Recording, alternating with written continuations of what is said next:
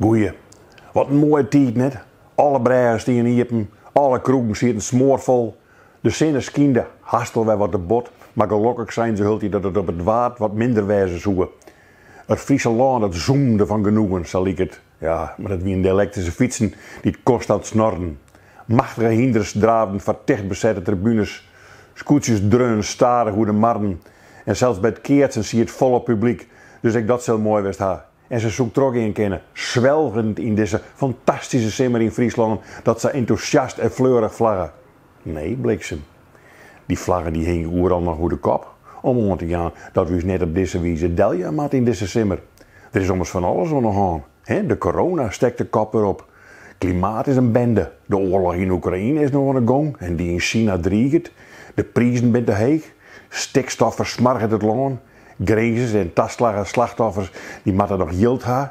Meer dan de helft van de mensen die koer die heerlijke tijd die ik beschreeuw net belibje. Het wie heel dan net slim dat we Schiphol in de regen moesten in het boeteland wie ik te heet en te duur. Ja, er wien ook gewoon die daarheen gaan. Regeringsleur, hege ambtenars, leur die het hultijd net verrekken ken dat het land naar de bliksem gaat. We hadden net zo lang een nijregeer. Dat hier nevens mij het elkaar zeggen matten, we zijn nou even uit de skiwerpers, zijn we stiekem even heel het beziekje om misschien een pad van wat verkeerd gaan is te verbeteren. Nee, dat bad helemaal niet. En wij? Ja, wij doen ze om Albert Visser heen.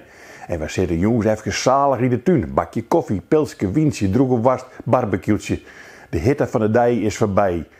Dan zou het lijkt wel dat goed wezen de gedachten werden te bepalen bij die problemen die we hebben. Beslissingen te nemen om je leven te veroordelen, want dat is nedig. Of wachten we gewoon, want elder weer is en beginnen dan gewoon weer te schelden.